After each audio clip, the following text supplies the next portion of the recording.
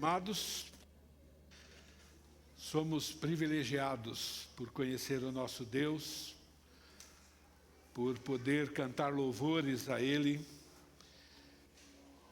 por poder aprender mais a respeito de quem Ele é. Isso não tem preço.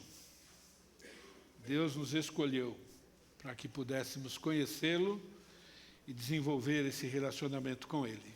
E hoje é aquele culto especial de ceia, né? Às vezes a gente comemora a ceia, né, por hábito, e eu quero trazer o nosso pensamento, né, mais focado no motivo pelo qual Deus, na sua misericórdia, na sua bondade, decidiu se revelar a nós, por amor.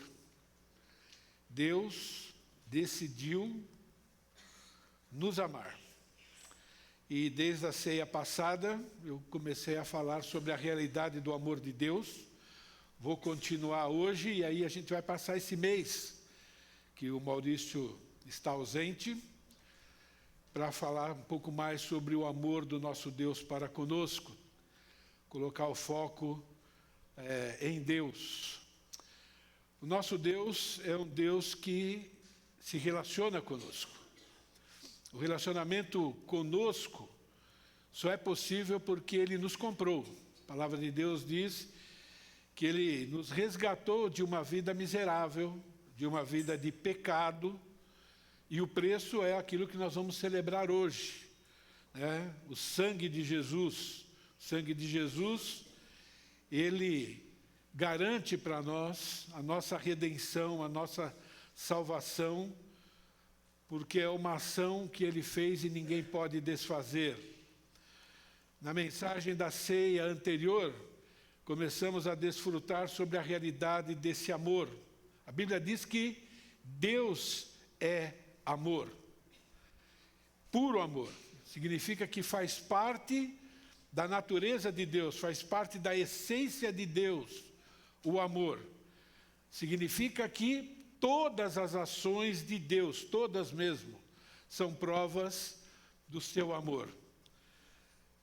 Deus não somente ama, amar é o que Deus é. E às vezes a gente não consegue fazer essa distinção. E o amor de Deus, ela tem muitas características, não é? E na mensagem anterior, eu falei sobre o amor soberano de Deus. O amor de Deus é soberano como Ele é. Ninguém está acima de Deus, então ninguém pode impedir Deus de agir. E ninguém pode impedir Deus de aplicar o seu amor. A gente viu que o amor soberano de Deus é evidenciado em ter criado Adão perfeito e deu para Adão capacidades para ele escolher se ele iria desfrutar ou rejeitar o amor de Deus. Isso é prova de amor, não é nada imposto. O amor soberano de Deus é evidenciado ao oferecer para nós, nos dar uma lei perfeita, e uma lei perfeita também para a nação de Israel. E agora, como nação e como indivíduos, nós também podemos aceitar ou podemos rejeitar nos relacionarmos com Ele. Isso é amor. O amor soberano de Deus é evidenciado ao enviar Jesus. Jesus é a maior expressão do seu amor. Através de Jesus, Ele amorosamente dá a possibilidade ao ser humano também de aceitá-lo ou rejeitá-lo. Nós vimos também que o amor soberano de Deus significa que Ele, por ser perfeito, tem o direito e o poder para decidir o que quiser sobre o futuro das pessoas e garantir o resultado das suas decisões. Isso revela também o seu amor. E concluindo essa parte, o amor soberano de Deus é evidenciado pelo fato de que quem Ele decide que deve aceitar o seu amor, não consegue resistir. Todo aquele que meu Pai me dá, esse virá a mim, e o que vem a mim, de modo nenhum o lançarei fora. É por isso que esse amor é soberano. É por isso que garante que alguns vão se render a esse amor. Então Deus é amor, todas as suas palavras são palavras de amor, todos os seus sentimentos e ações, seja de gratificação, seja de punições, são demonstrações do amor, porque Ele é amor. Hoje, quero falar de uma segunda característica. O amor de Deus não tem data de validade. Em outras palavras, o amor de Deus é eterno, assim como Ele é. Deus se apresenta na Bíblia como sendo amor, 1 João, e também se apresenta como sendo eterno. Antes que os montes nascessem e se formassem a terra e o mundo, de eternidade a eternidade, Tu és Deus. Muitas vezes nós colocamos o amor de Deus como um atributo, ok? E às vezes as pessoas não entendem o que significa atributo. Significa o seguinte, irmãos, o amor faz parte da essência de Deus. Se a gente tirar o amor, ou se a gente disser que em algum momento Deus age sem amor, significa que ele deixa de ser Deus. Nós anulamos a existência dele como Deus. Como Deus sempre existiu, então o amor também sempre existiu, existe e existirá. É frequente, não para nenhum segundo. É importante que a gente entenda que Deus não decide amar. Ele simplesmente ama. Ele é amor em todas as ações. E para nós, às vezes, é difícil entender muito isso, por causa, às vezes, daquilo que a gente chama de punição. Porque a gente julga que punição é falta de amor. E não é. E é amor. É amor pela justiça, é amor por aquilo que é correto, é amor por Ele mesmo. Então, nós precisamos entender isso, ok? Se algum ato de Deus é feito sem amor, significa que a partir daquele momento Ele deixou de ser Deus. Porque Ele deixou de ser aquilo que Ele é. Ele é amor.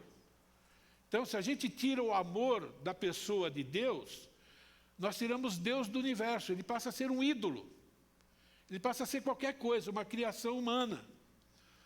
Um autor disse assim, olha, assim como o sol deixa de ser sol se tirarmos a sua luz, Deus deixa de ser Deus se tirarmos o seu amor.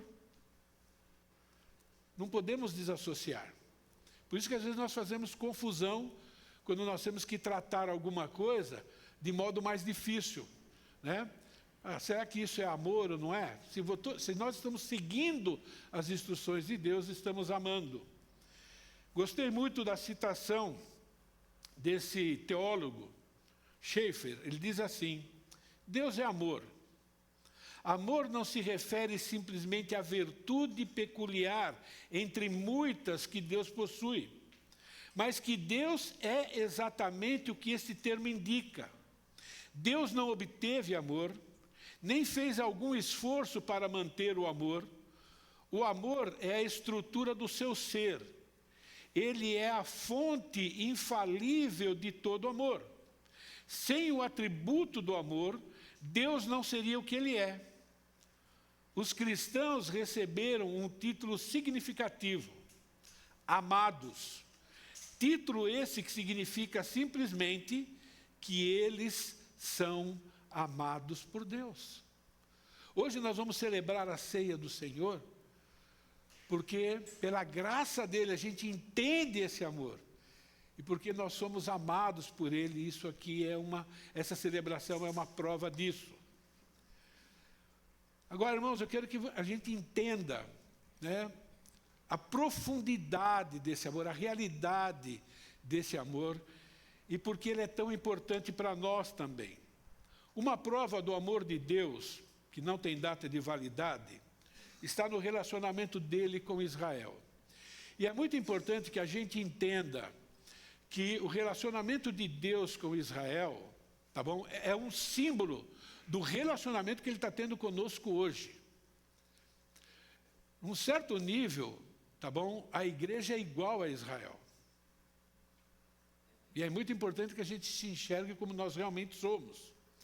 Esse texto de Jeremias, vamos gastar um tempo com ele, espero poder fazer o suficiente para poder continuar para a próxima semana sem causar muito transtorno.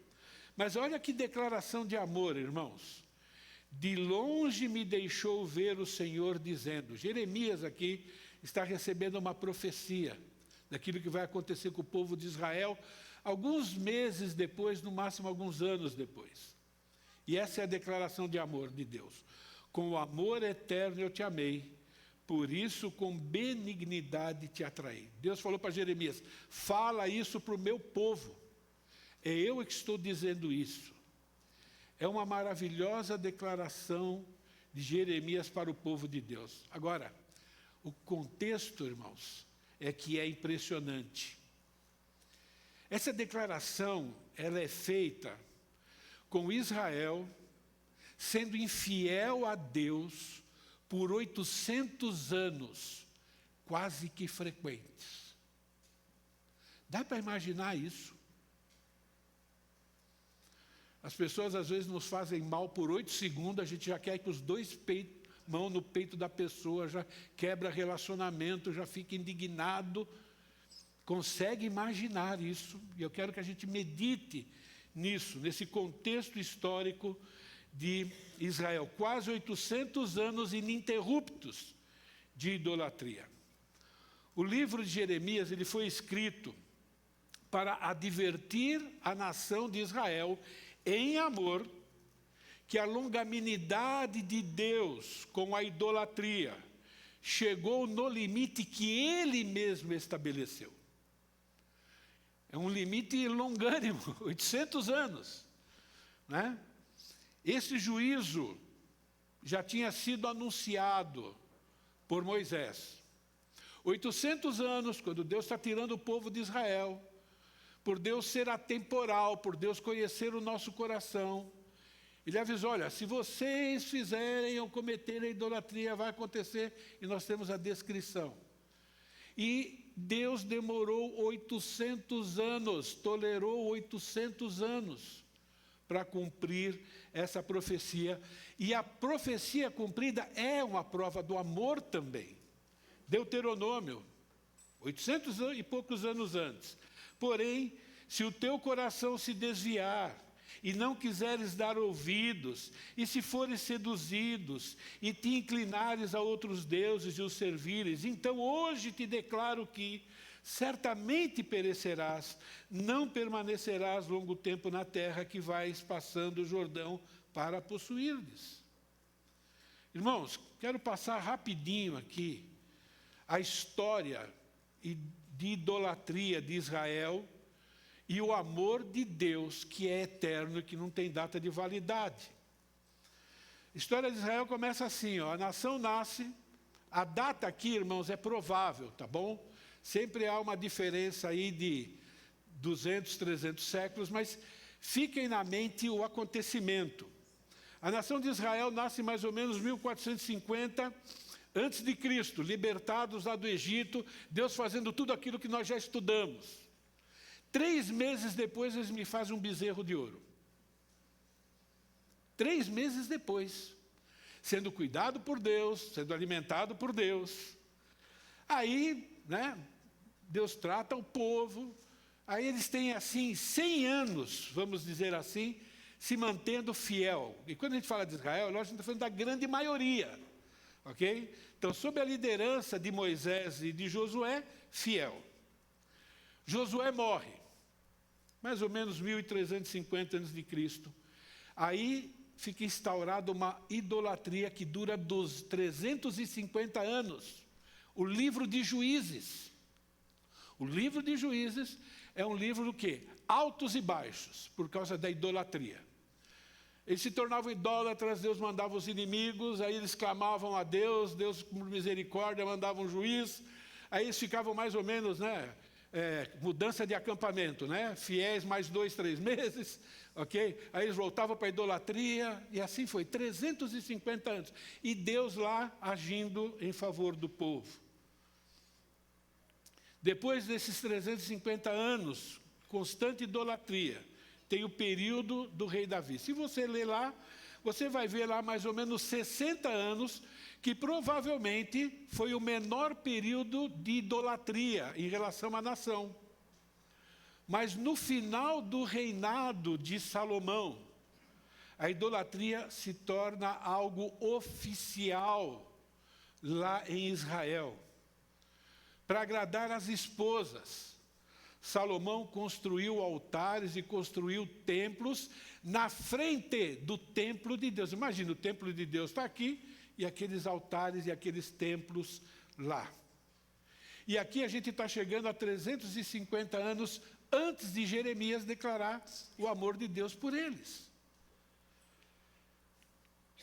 Após a morte de Salomão, houve um racha em Israel e o reino do norte oficializa a idolatria, oficializa cultos a bezerros de ouro.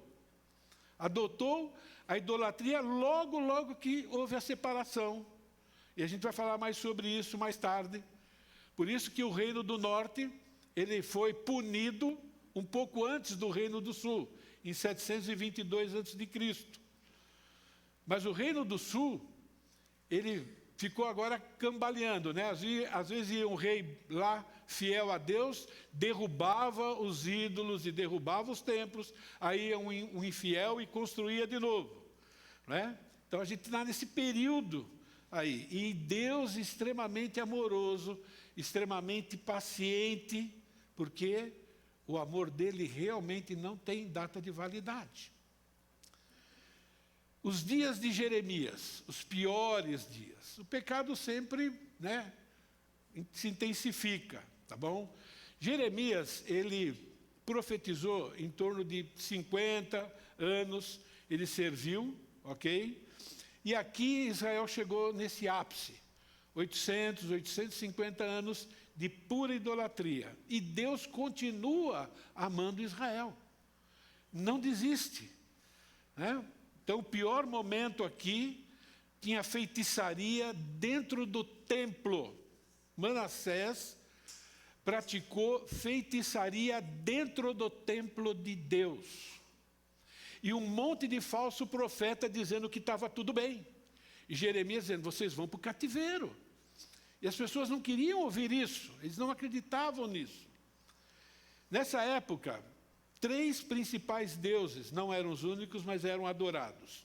Baal, deus da fertilidade, e para adorar Baal, se praticava prostituição no meio do culto.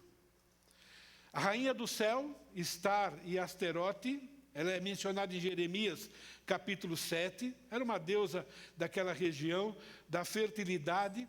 Famílias inteiras adoravam a ela, crianças pegavam gravetos para acender incenso para elas e assim por diante, amassavam um pouco, era um serviço que era feito para elas. E o pior, tinha um deus chamado Moloque, o deus do fogo, e Israel sacrificava seus filhos para esse Deus. E Deus diz, com amor eterno eu te amei.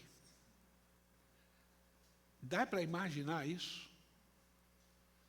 A gente consegue entender como Deus, o que Deus é, a paciência que Ele tem e a lealdade que Ele tem para com Ele mesmo e para quem Ele declara o seu amor. E aí Jeremias profetiza o cativeiro babilônico, 586 a.C., cumprindo o que Deus falou em Deuteronômio. Esse aqui é o cativeiro que não terminou. Israel está debaixo desse cativeiro até hoje, né? Foi um cativeiro profetizado por 70 anos na Babilônia, ok? Mas o retorno para a terra, nós já sabemos, Daniel já havia profetizado sobre isso. E aí ele profetiza, depois de 800 séculos de infidelidade de Israel em relação a Deus, Deus agora, amorosamente, porque é um ato de amor, era a única forma de tirar Israel daquela lama. Imagine, né? Deus vendo o povo dele sacrificando crianças. Imagine as crianças o quanto sofriam. Então é uma prova de Deus também a disciplina. Toda esta terra virá a ser um deserto e um espanto. Estas nações servirão ao rei da Babilônia 70 anos. Acontecerá, porém, que quando se cumprirem os 70 anos, castigarei a iniquidade do rei da Babilônia e desta nação, diz o Senhor, como também a terra dos caldeus, farei deles ruínas perpétuas. Por 800 anos, Deus demonstra o seu amor sendo longânimo, paciente, misericordioso, dando oportunidades para se arrependerem. Agora, depois disso, rebelião, eles rejeitando o amor de Deus, Deus continua demonstrando amor, através agora de uma punição, para eles entenderem a vida miserável que eles estavam vivendo e não percebiam isso. Irmãos, é impressionante. Ele dá essa punição e, ao mesmo tempo, ele revela esse amor sem validade. Simultaneamente ao castigo para arrependimento, tem a promessa de restauração. Tem a promessa de voltarem a ter comunhão. Jeremias está dizendo, olha, isso vai acontecer, não tem mais volta do arrependimento de vocês, porque vocês não querem se arrepender, mas eu vou dar para vocês uma mensagem verdadeira. Eu estou dizendo para vocês que tudo que Deus está fazendo agora é o amor dele. Essa promessa de restauração também foi anunciada em Deuteronômio, mostrando que Deus é fora do tempo, mostrando que Deus sempre controla todas as coisas, que Ele é misericordioso e Ele é bondoso, e com quem Ele faz uma aliança, Ele não volta atrás, mesmo que nós voltemos atrás. E agora a gente tem essa mensagem amorosa, antes deles serem levados para o cativeiro. E eu quero ler os versículos com vocês. Naquele tempo, diz o Senhor. Então está dizendo o seguinte, olha, vocês vão para o cativeiro, não tem mais volta, o coração de vocês está extremamente endurecido, e a única maneira de vocês se arrependerem é dessa forma. E agora ele está dizendo, naquele tempo, quando vocês estiverem lá, lembra que vocês estão lá porque eu amo vocês. Diz o Senhor, serei o Deus de todas as tribos de Israel. Vocês estão sob disciplina, mas eu continuo sendo o Deus de vocês. Eu continuo cuidando de vocês, eu continuo protegendo vocês. Mas vocês vão sofrer por causa do pecado de vocês. E elas serão o meu povo. Assim diz o Senhor, o povo que se livrou da espada logrou a graça no deserto. Eu irei e darei descanso a Israel. De longe se me deixou ver o Senhor dizendo, com amor eterno eu te amei, por isso com benignidade te atraí. Deus está dizendo, eu estou dando para vocês essa disciplina, para que vocês sejam novamente atraídos pelo meu amor. Eu cuidando de vocês, vocês não entenderam que eu estava amando vocês, então vocês precisam passar o aperto, para vocês entenderem como é que eu estava agindo em favor de vocês, e vocês achavam que eu estava agindo contra vocês. Ainda te edificareis, serás edificado, ó Virgem de Israel. Olha, chamar Israel de virgem aqui é brincadeira. Traiu Deus com outros deuses, mas você entende, né? O amor de Deus em relação a Israel, depois de 800 anos traindo Deus, Deus está dizendo, eu vou fazer isso com vocês, eu vou purificar vocês. Ainda serás adornada com os teus adufes e sairás com o coro dos que dançam. Ainda plantarás vinha nos montes de Samaria, plantarão os plantadores e gozarão dos seus frutos. Israel ainda não experimentou isso, irmãos. É promessa. Porque haverá um dia em que gritarão os atalaias da região montanhosa de Efraim, guarde aí Efraim, tá bom? Esse nome é muito importante nesse contexto. Levantai-vos e subamos a Sião ao Senhor nosso Deus, porque assim diz o Senhor, cantai com alegria a Jacó, exultai por causa da cabeça das nações, proclamai, cantai louvores e dizei, salva, Senhor, o teu povo, o restante de Israel. Eis que os tirarei da terra do norte, e os congregarei das extremidades da terra, e entre eles também os cegos, aleijados, as mulheres grávidas e as de parto. Então aqui, irmãos, não está falando do corpo glorificado deles. Está dizendo que é o seguinte, ó, da situação ruim que eles se encontram no planeta Terra, debaixo do castigo amoroso de Deus, vocês vão voltar. E aí vocês vão desfrutar, mesmo ainda tendo a natureza pecaminosa, do meu cuidado. É o milênio que está sendo anunciado aqui, não é? Virão com choro e com súplicas os levarei. Guiá-los-eis aos ribeiros de água por caminho reto, que não tropeçarão. Porque sou pai de Israel, para Israel, e Efraim é o meu primogênito. Tudo porque ele decidiu adotar o povo de Israel como seu povo, como seus filhos. Assim como Deus decidiu nos adotar como filhos, graças ao sacrifício de Jesus. Agora, irmãos, aqui a gente tem uma afirmação chocante do amor de Deus. Essa frase, com amor eterno eu te amei, incluiu a tribo que tornou a idolatria a religião oficial das 10 tribos de Israel, que influenciou inclusive o Reino do Sul. Efraim aqui é o reino do norte. É o reino que 140 anos antes da profecia de Jeremias já havia sido expulso da terra. Representa todas aquelas 10 tribos que foram os primeiros a abandonarem o Senhor. E ele diz, eu sou o pai de Israel, e olha agora, ele coloca Efraim como primogênito, como aquele que começou essa bagunça toda, aquele que começou essa nojeira toda. A ênfase de Efraim é porque Deus é extremamente amoroso. Efraim, ele não é filho direto de Jacó. Efraim é neto de Jacó. Ele é o segundo filho de José. Efraim era a maior e mais poderosa tribo do Reino do Norte. É que tinha maior território, que tinha mais pessoas, não é?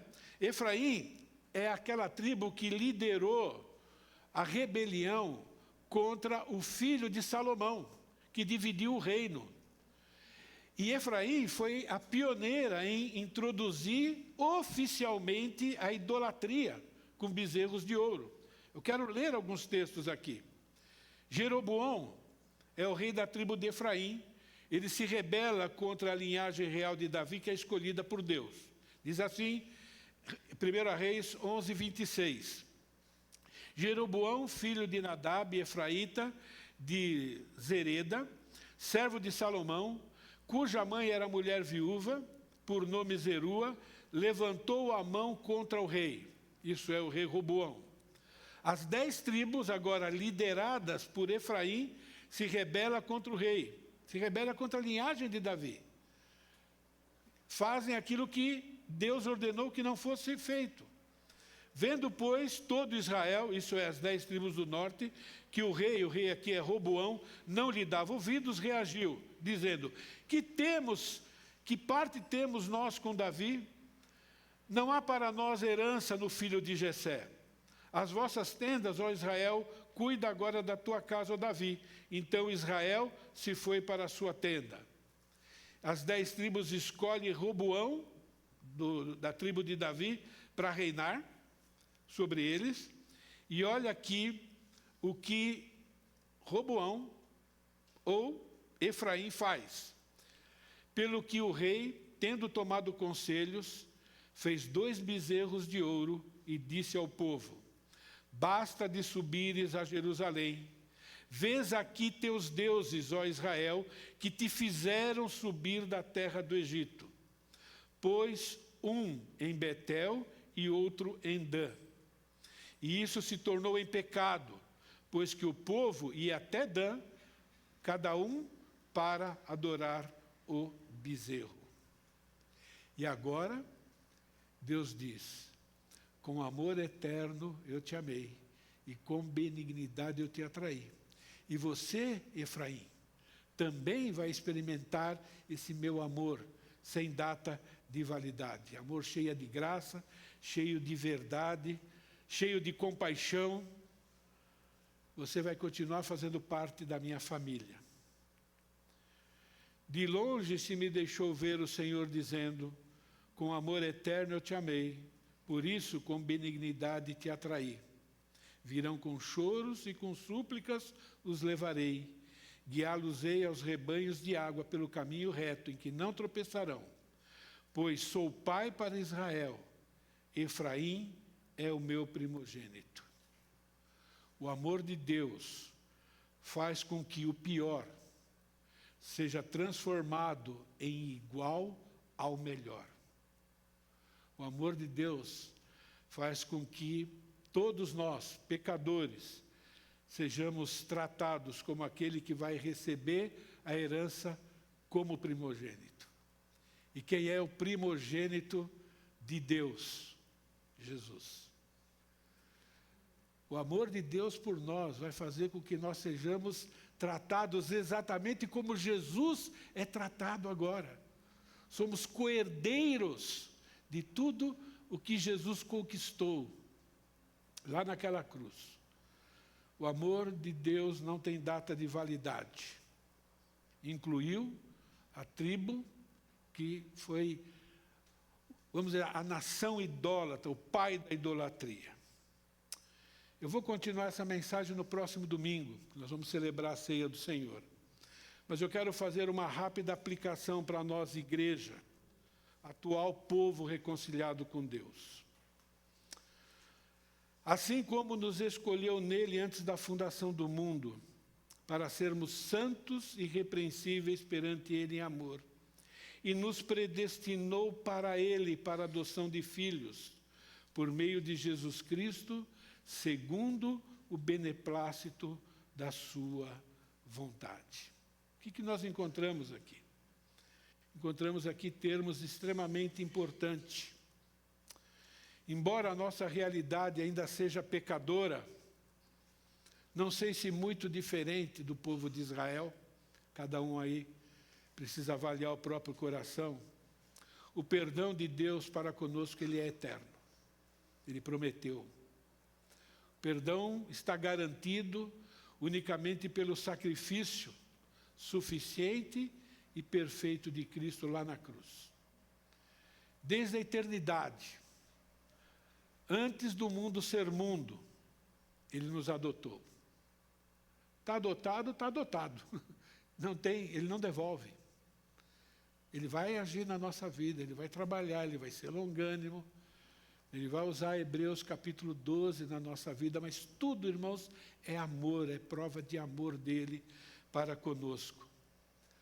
Existe uma herança que nós vamos receber, eterna, incorruptível, irrevogável. Por quê? Estamos predestinados por um Deus que tem um amor soberano e um Deus que tem um amor sem data de validade. Não é permissão para pecar. É permissão para ser grato. É permissão para amar esse Deus, para lutar com todas as nossas forças, para honrarmos esse amor. E a Bíblia diz que Deus fez isso segundo o beneplácito da sua vontade. Segundo o seu enorme amor, o desejo enorme de Deus pelo nosso bem. É isso que nós estamos celebrando através da ceia do Senhor. Um amor sem data de validade. Que essas verdades possam ficar no nosso coração, que possamos participar com o coração cheio de alegria e também um desafio de sermos diferentes do que o povo de Israel foi no seu relacionamento com Deus. Não importa o que você já fez no passado. Vocês não conhecem a minha história, tem coisas que eu não tenho coragem de falar de quando eu era descrente.